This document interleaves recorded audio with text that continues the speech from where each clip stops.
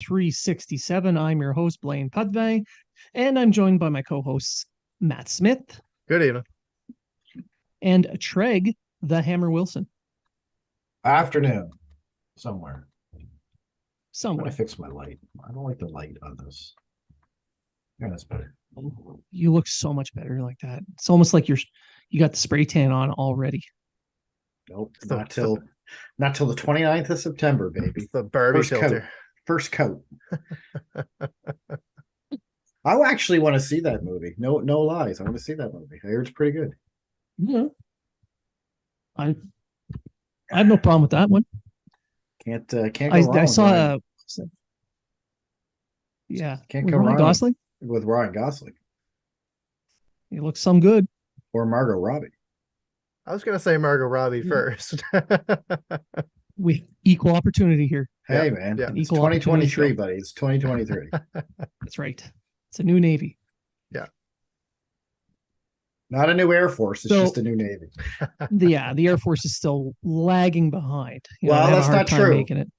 Trenton did have a base commander who liked to wear women's underwear, so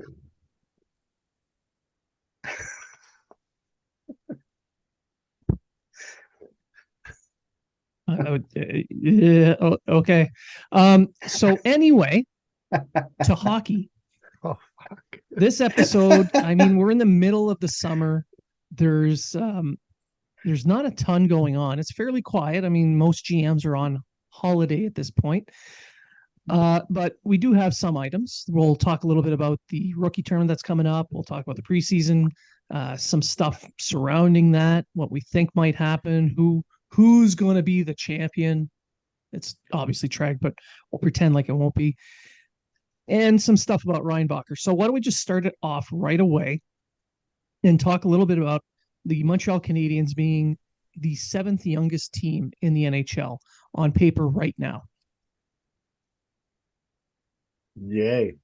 I mean, no, that's good. I like this because it's young, but it's experienced young, especially with all those defensemen playing last year and getting the NHL time. Now Newhook comes in. He's what, 23, I think. 22. So, but he still has 2 or 3 years under his belt already. Suzuki, Caulfield, Montebeau's not an old goalie. I think he's 26, 25, something like that. Be 27 this year. Yeah, so I mean, it's good for the team. They get the, I mean, the old guys are guys that are soon leaving anyway, like Huffman. Savard's probably going to be gone either by the end of this season or next off season. And that's saying something because Savard's only 32 years old. Well, that's just it. But I mean, right? Yeah. So, I mean, even Anderson now is a veteran at 28. So, or not a veteran, but an elder. He's one of the older ones. Yeah. And then you have Brendan Gallagher and that excellent contract for a 31-year-old. 20 years at $6.5 million or whatever the hell it is. But Hey, now the guy Another just story. got engaged, so he's not that old. Yeah, he got engaged. Good for him. Well, actually, I mean, we say old. I mean, I'm 49 next month, so I wish I was an old man ready to retire from my job at 30. You know what I mean? Or a millionaire. Yeah, or a millionaire with just getting ready to get married to a nice young lady who sure just loves him for his looks and personality. This is my last show. I don't care. So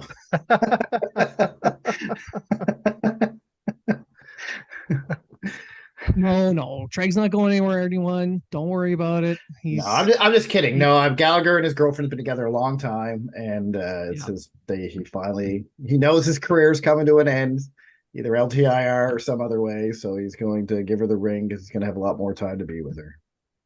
Kind of Derek Jeter-esque because he never got married till he retired. So honestly, this is a tangent, but you got me onto with that Jeter comment. I'm surprised more high-end, well-paid athletes don't do that more often. Like you look at Tiger Woods. The only thing he did wrong was cheat on his wife at every single stop he made. If he was never married, no one would have said a word about his activities with those porn stars and waitresses and whatever the hell else he had. Strippers. Yeah, yeah. He would have been applauded. But instead, he chose to get married. I mean, she seemed like a lovely lady, but clearly he was not ready for marriage. There's too much temptation for those guys. So why not wait until you're a little bit more mature? Well, I mean, Jeter's big thing was playing baseball and the amount you play and the amount you're gone. He didn't want to have a family and not be there. You know what I mean? Also, I mean, if you see the girls he was dating through his baseball career, you know, the guy was having his fun. But you're absolutely right. Like a lot of these guys, and not to compare it to the military, but it's kind of like you're gone away a lot. You're in different places and you meet different people and, you know, things happen. And if that's the case, yeah, you're not ready for marriage. Like just wait until you're ready to settle down and have a life. Or be like Matt. Matt's like the Derek Jeter of the Yankee years, dating all the hot women in Trenton and, you know. I thought you were gonna say that I was like Tiger Woods banging whores. Well, I wasn't gonna put it it that way. I was like, you know, I mean, we are talking about Trenton. I was waiting for you to say. So we are talking about Trenton. They're either married military people or not married, but date military people. So I mean, it could have happened. It could have happened. I didn't watch you the entire time we were in Nashville. Oh, you guys make me laugh. Yeah, we don't know what you do in the off time there, Matt. You got that look. You could have just walked in any swanky bar there and be like, "You, let's go." Never would know. Yeah, something like just that. Snap his fingers, and then 8 minutes later, you're back. You're like, "All right, boys, some beers. Let's go get some barbecue. Go." All right. Anyway, back to the Canadiens. So my point of view on the team being young. So I would agree with Trege, and it's nice to see a young team, but a young team that's got some experience. Some of these guys were pushed into a position more or less at a necessity because of injuries over the years for some of these veteran players, and some of the guys have actually fared quite well. Guys like Harvey Pinard, who got a 2-year contract out of it. Kirby Dach coming in for what ended up being Romanov, pretty much. And you look at like the old guy in the team, you're looking at Mike Hoffman and Chris Weidman, guys that aren't going to be in the long-term plans of the team. And your comment about Savard, he's only 32, 2 years left at 3.5 mil. He could be a guy that is either going to be that veteran presence on the blue line. And one of our last shows, I said that he should probably get an A for the departing Joel Edmondson. But even then, he could be a trade chip as well, a guy with some veteran leadership skills, and he's won a ring. So we'll go with that, right? Yeah. My concern right now is, is the team too young? I don't think so, because Treg brought up a very valid point at the start of this when he mentioned Newhook. Newhook has got playoff experience. He's got a Stanley Cup. Then you look at Suzuki, Caulfield. They went to the final. Matheson has been around for a while. He's 29, so clearly he's the old timer there. But Harris played. I mean, these guys, they're rookies. Still, they're not rookies anymore, but they're still fairly young. But they've seen a lot, and there's a lot of people on this team who have experience that they can rally around, like Jake Allen. There's a reason why I don't think they traded him for this reason. The good in the room thing, I know a lot of people crap on that, but it's a valid point. Guys like him play that leadership role. They're like the cool uncle who can help them out. There's a reason Toronto's changing their culture in Toronto. Well, you can't say that. That's bad. And they're bringing in guys to like Ryan Reeves. Ryan Reeves wasn't signed for 3 years to fight. He was signed to change the dressing room. That's what he was signed for. I don't care what anyone says. He's that off ice guy that's going to sit in the dressing room, says what he has to say, and you know, stuff like that. I think that's what and I think Montreal has a few of those players, but in their position right now as a rebuilding team, they don't really need to be. They don't need those veterans. And now, in 2 years, when you look at their salary cap, they're going to be able to go out and say, all right, get that 27, 28-year-old veteran, right? Sign him to a 3-4 year contract that just takes them to a few years past 30, and then try to go for that Stanley Cup run as those rookies all, get their experience and get better. That's the way I look at it. So I don't have an issue with them being young right now. But once they start to contend, you're going to have to bring in some of those. But then again, at that point, you have your Suzuki's and Caulfields and New Hooks that are all going to be sitting 24, 25, 20, 26. So who knows? Maybe they don't need to bring in too many. Just bring in some needed pieces.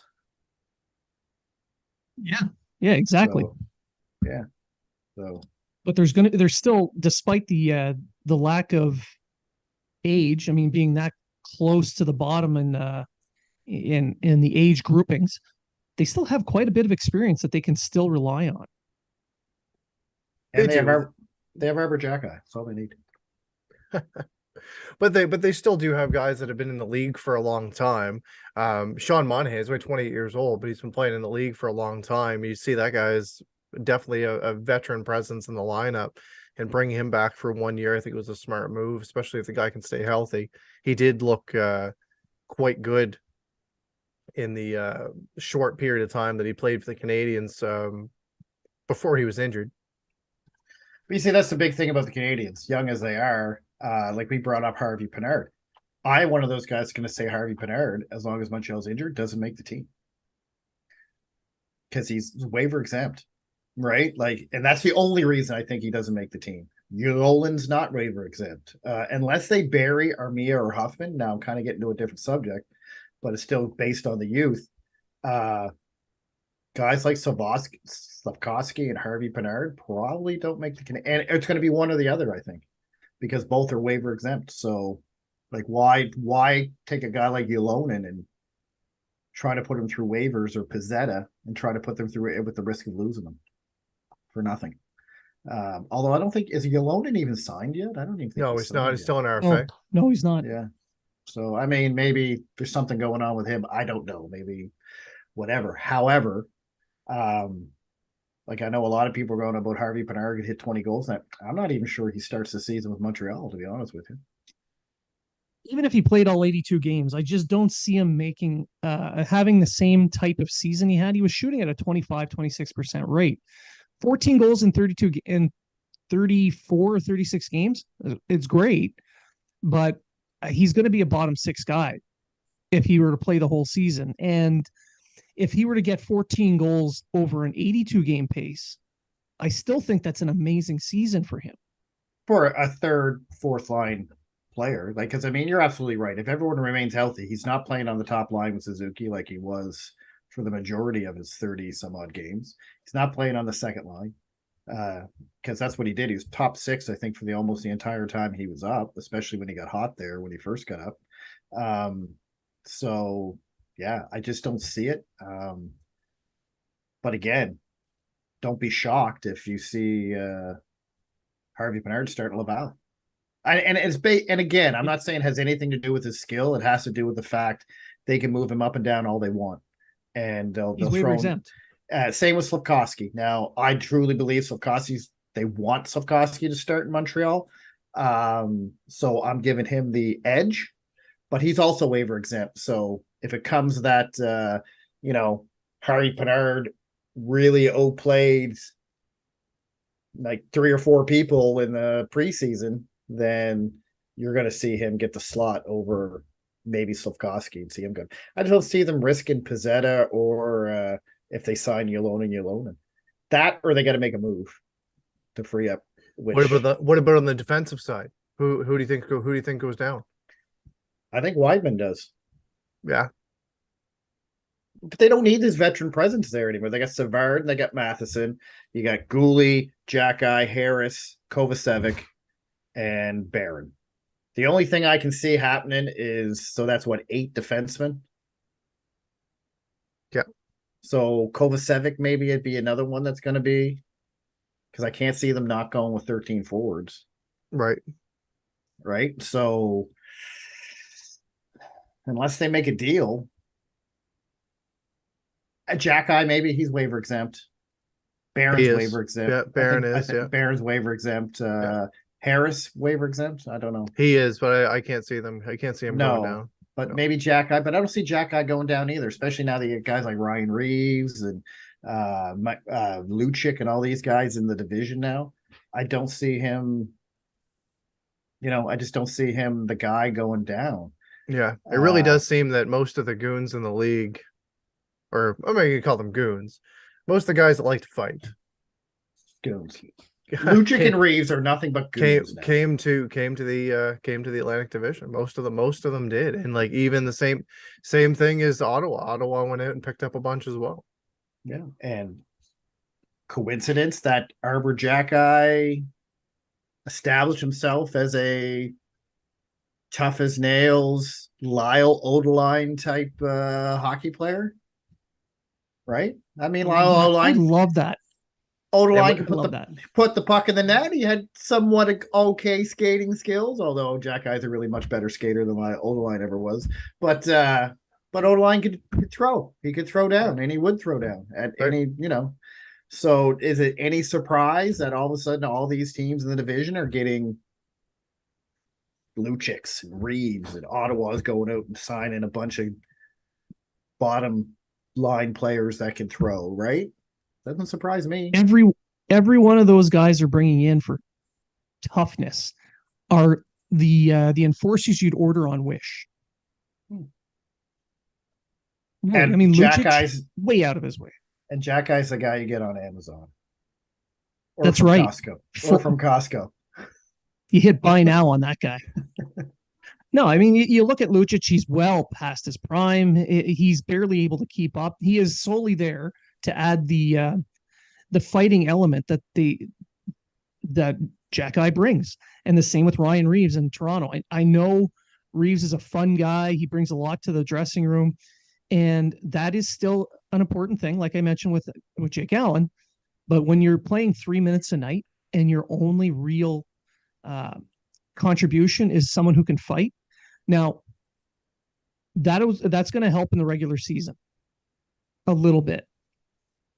It would be a little bit more pressing to have someone like that in the playoffs, but are they going to dress him for the playoffs when the games matter?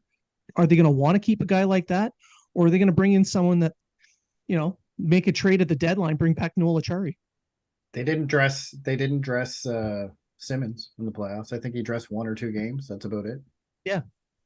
And really that's after Florida had already been running over. And I'm not really crapping on Reeves on this one, but his style of play and the way he skates, I don't think he's fast enough to keep up with Toronto's pace. Had he played somewhere else, a team that doesn't require their players to play at a sprint, he would be fine. But in this situation, I don't think he's set up for success. Well, I mean, what offensive success have Ryan Reeves ever really had? No, but you don't need him to score goals. You just need him to keep up. Yeah, okay. I just, like to me, I truly believe Ryan Reeves was just signed to sort that dressing room out. I don't think he's there for anything. Absolutely. Right. Yeah, they say, oh, he's bringing toughness. He's Wayne Simmons. He's the exact same thing as Wayne Simmons, a little bit better of a fighter. And Wayne, actually, He's not the exact same. He's the exact same thing as Wayne Simmons when he got to Toronto. Because Wayne Simmons was a 20-goal scorer, 25, almost 30-goal scorer when he was in Philadelphia. So he could actually do things. But I mean, when we were talking about the defensemen and which one, because really, even if you leave out Weidman, you have 8 defensemen. So there's 2 defensemen that you're essentially got to send to the minors. Now you have Harris, Jackeye, Gooley, essentially, and Barron are all waiver exempt, are they not? So Harris, Barron, Um, Gooley, and Jacky are all Yeah. waivers exempt. Yeah. They're all waiver exempt. So Kovacevic, Weidman would have to go through waivers. No one's looking at Weidman. Kovacevic, maybe you might lose. I think him he'd to be waivers. claimed. I think he'd be claimed. That's what I'm saying. So Yeah. so Yeah. what do? And then that's what you say. Who goes down? You're not putting Jacky down because you're going to need someone there for all these guys like Reeves and Lucic and all these whatever. Harris probably isn't going down. Gooley for sure isn't going down. Barron? Now you've seen him play lately. Like, do you think he's going to be ready for the start of the season? That was his issue last year. He just wasn't in the headspace for the NHL when the season started. But when he came back up, he certainly proved he deserved to be there. He's fully healthy right now. He's training. He's looking really good on the ice this summer. I got to see him at camp because right now I'm just watching him kind of skate, do one-on-one drills with people like like Crosby, which is impressive enough, but it's summertime training. It's not the same. Yeah, but you guys make a valid point. I mean, you look at the defense, and honestly, you can have a rotation there. You can send guys down, bring them back up. There's no limit to how often you can do that with that waiver exemption.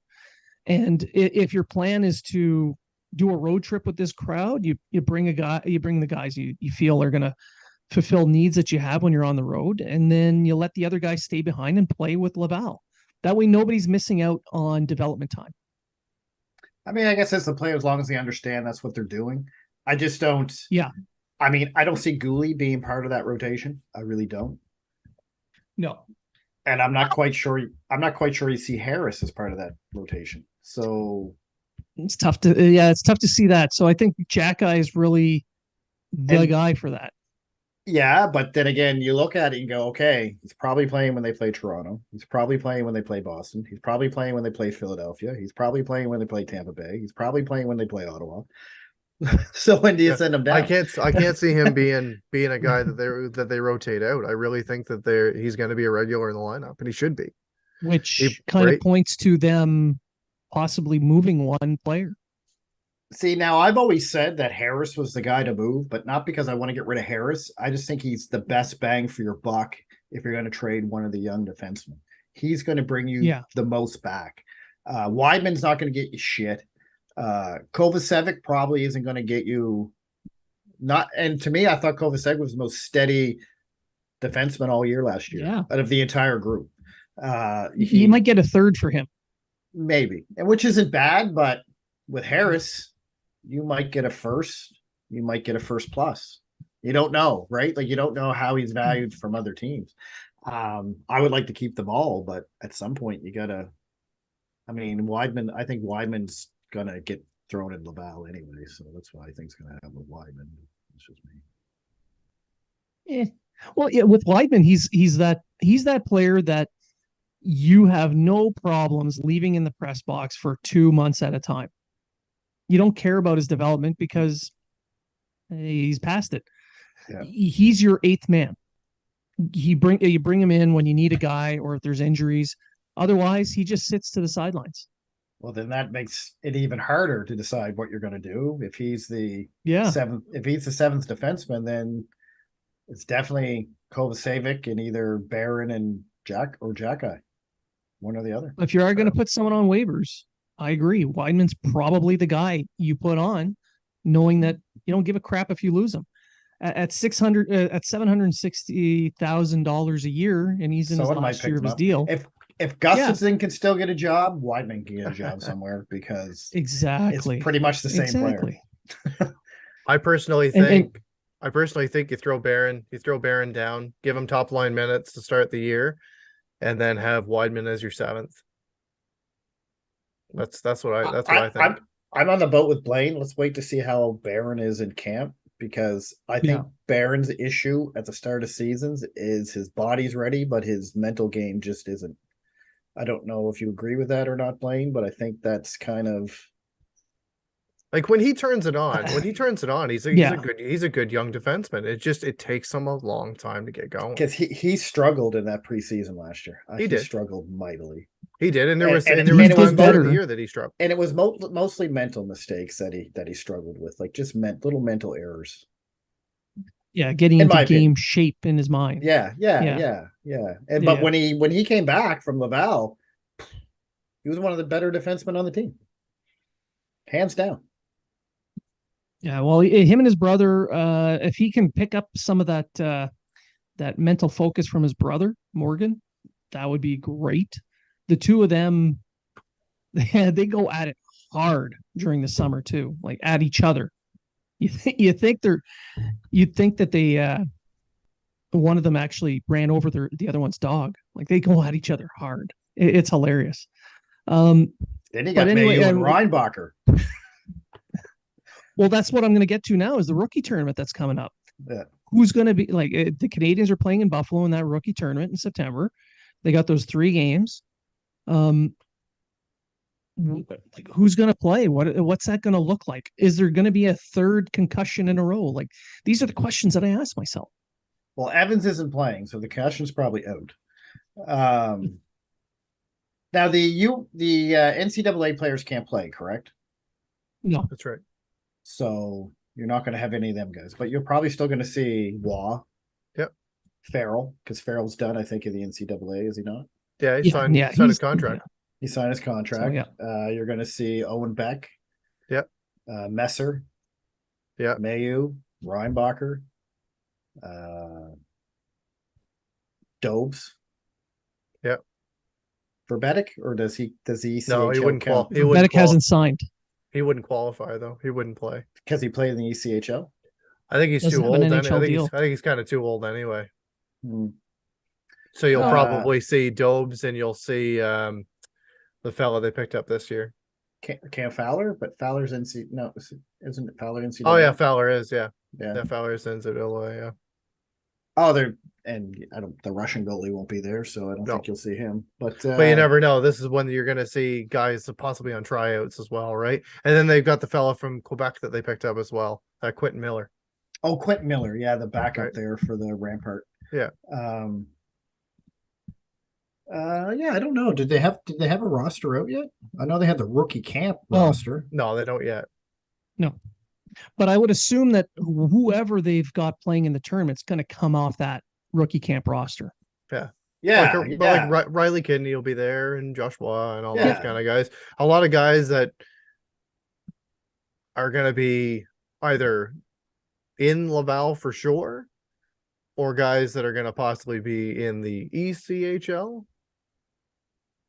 And then some guys that you're going to feel bad for that have to go back to junior hockey just based on the fact that there's not a spot for them right now. In their age. Right? Yeah, like Owen Beck. He might make Laval. He'd have to be signed. And he'd still be too young to go to Laval. Owen right. Beck is signed, and he's Owen still Beck too is young. Oh to right, play he's, the yeah, AHL. but he'd still be Yeah. too young. He is. Yeah, Yeah. it's NHL or junior for him. There's Right. nothing in between. Yeah, he'll be in junior the next year. But yeah, I mean, Right. you'll have Riley Kidney, you'll have Farrell, you'll have Waugh, you'll have Mayu, you'll have They have some impressive Ryan- prospects. They've got some impressive prospects that are going to be in Laval next year. Laval. Actually, I think is going to be pretty Roar good. be there? Like Oh yeah, Vincent Yeah. Rohrer, yeah. Florian Jack Eye. That'd be fun to see. Yeah, Florian Jackeye will be there. Oh, Florian. Oh. Jaden Struble. Can Yeah. he play though? Well, he just signed his contract just at the end of last year. Yeah. It's not like you have to be under a specific age to be able to play. I just wonder. I don't know what the rookie. I don't know what they consider. What? That's all. I suppose. Honestly, I'm looking at if you're looking at the rookie camp roster, the development camp roster that the Canadiens had in July, and you just look at some of those names that are on there and the names that we can add to them with guys that you've mentioned before. The Canadiens have a ton of newly drafted players, and not just like 7th round picks here. We're looking at 1st, 2nd, 3rd rounders, and players who were kind of slid And you look at where they are now in their development, teams would probably draft them sooner. So it's a decent lineup, and the Canadiens' depth in their prospect pool is starting to really show now. Yeah. Well, someone put out their list, and I think they were 10th or something, but I don't think that's right. I don't think they should be 10th, but whoever. Oh, yeah, Jared Davidson. He'll be there Right. too. And I think they'll be all right. Cedric Guindon, or however you say that name, Guindon. Gano, yeah. Yeah. Friend of the show. Rhett Pitlick. No, he's in the NCAA. Is he? Well, he was at development camp. Yeah, they can do 4 days. Yeah. Oh, That's all you can do. You can only do development camp. Oh, all right. Well, they still get 7-0. Luke Tuck's in NCAA, isn't Yes. Yeah. You'll be all right. They'll be okay. They'll have Jaden Struble. Yeah, he was there. Turgenet, William Trudeau, Emmett Croteau. He'll probably, yeah. Oh no, he's not. He's USHL. So there's a lot of really good young names. There's one name that everyone's going to be talking about, especially if he doesn't play in this rookie tournament, which is still a possibility because he's expected to return to Europe, and that's David Reinbacher. Boo. And so I put out an article on the Hockey Writers talking about reasons why he should go back to Europe, and part of it is this rumor that's come out. Nothing's been substantiated yet, and that's his so-called illness, the Orland Schlocker, or whatever the hell they call it. It's a fancy name for growing pains. Yeah, I read up on that. There's no one confirming or denying this. Like, no one from his camp says, yeah, this is what he has. No one even mentioned that he had any issues. I'm not sure where this came from, or if it's I think the source was Max Truman on Dans les Coulisses. He's got connections. He's not he doesn't just make shit up. He does put out some quality stuff, but nobody has confirmed this. I mean, if it's true that he has it, I don't think it's as big of a deal as some people are making it out to be, because it's growing pains. Lots of people have this. He had a pretty good season last year. He had it last year. Didn't seem to affect him too much.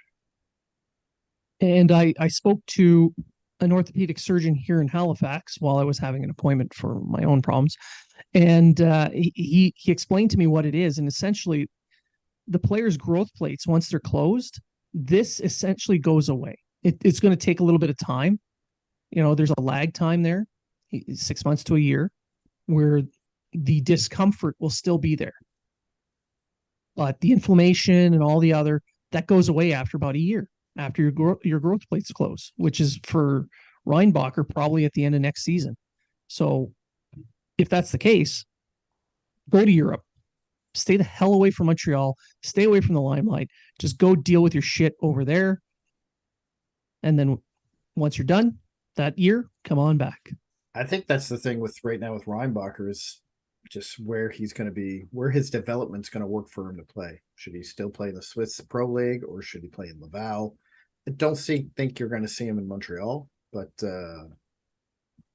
I think that's just where Hughes and Gorton and everyone got to sit down, and with Rob Bramage and them, and go, all right, where's the best place for this guy to play? I think there's a few players like that. Slavkovsky, I think, is a player they got to sit down, although applaud Slavkovsky and all the shit he's been doing over in Slovakia there to make himself better. With the skating, trying to be a better skater, trying to breathe better when he's skating to get his endurance up, and all this funky stuff that he's doing over there. Blain's in another world looking over his I'm kind of working my other job at the same time. So, Matt, I didn't hear you talk about any of this yet.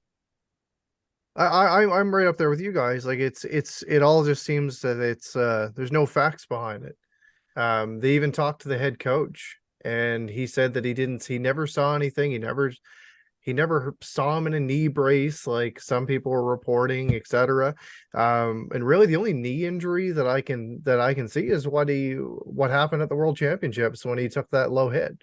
That's the only thing that I can see anything to do with his knee. And you would think by now, like this story's come out the last couple days, but like nobody say credible from the media, nobody from the team, like nobody has jumped out there and said like, hey, this is a thing. So I'm just going to take it with a grain of salt and say that the kid's fine. And I do agree that the best course of action would be for him to go back to the Swiss League for another season and play top minutes there and kind of hone his game. And if his legs are still growing, then let them grow over there where he's going to be playing in I'm not going to downplay the Swiss League or anything, but he's going to be playing in a less physical league. Austin Matthews played there, Matt. Austin fucking Matthews. And Guy Boucher did say it's better than the AHL. And he knows what he's talking about. He's the assistant coach of the Toronto Maple Leafs. Facts. But I would say for him to go back, I'd definitely be okay with that. And say play those top minutes and come over the next season. I will confirm he did have an illness at the World Junior Championships. It was called the flu. Yeah, he was on IVs the entire time and in bed between games. It's incredible how well he played considering just how little nutrition he was getting or holding in. And his coach Fury had nothing but top friggin' things to say about him. Yeah. I spoke to Coach Fury again this summer. Had an exclusive interview with him, and I put that out on both Hockey Writers and Crier Media. And he had nothing but great things to say about both him and Rohrer. And the next time that Coach Fury's here in Nova Scotia, we'll all meet up with him. He's from Antigonish, if you didn't know that. That's right. He's a blue noser. Anyhow, that's pretty much it for the show. Why don't we do some final thoughts? Treg, final thoughts. I don't really have any. What did the cow say to the calf? It's past your bedtime.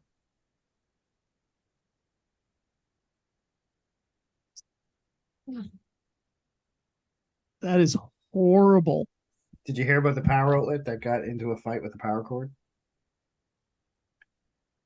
He thought he could sock it to him. I draw the line at dad jokes, but granddad jokes are it's beyond the pale. I'm addicted to collecting vintage Beatle albums. I need help. I need somebody.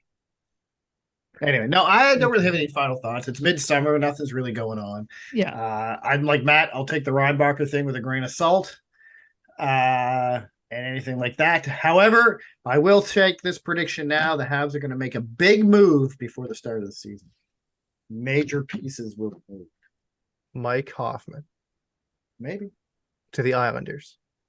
And a defenseman. I'm not saying to the Islanders, but a defenseman and Mike Hoffman are going to be. It's the only thing that makes sense. It's the only thing that makes sense. What about you? Final thoughts? Preseason schedule is out. So the Canadiens are going to start on the 25th. Going to play New Jersey, Ottawa, 2 games in Toronto, or 2 games against Toronto, then 1 in Toronto, followed by their last game of the last game of the preseason will be October 7th in Ottawa. So only 6 games this year, as opposed to it seems like a dozen that they usually play. Other than that, Twitter is apparently changing to like X or something like that. So it's not the Wakanda thing, it's an X. All right. And I guess we'll be on that platform when Twitter changes its name or whatever the hell it is. And if you got shit dad jokes, so do I. So what do you get when you cross a brown chicken and a brown cow? What? Brown chicken, brown cow. See, it's a shitty joke. I like that one. I like that one. Well, I like that one. I like that. Oh, okay. This show was Oh, went yeah. full circle. We've had dad jokes. He talked about some stuff about my old CO. Talked about Tiger Woods banging whores. It's been an experience. Let's say Spicy. that. It's been a spicy show. Yeah. It's called Midsummer Habs fucking podcast is what it. We have nothing. Nothing. Well, for myself with the final thoughts, I'm going to say we do have something coming up, and that is another show later on this week, and we're going to have a guest. Laura Saba, the active stick from Locked On Canadiens, is going to join the show again, and we're going to just shoot the breeze. Hopefully, without the dad jokes. It's going to be much more professional than this one. It's not hard to beat that. I will not bring up men in underwear. We could bring up Robin Hood Men in Tights. Good movie. Classic. Mel Brooks movies are the best. Classic. The best.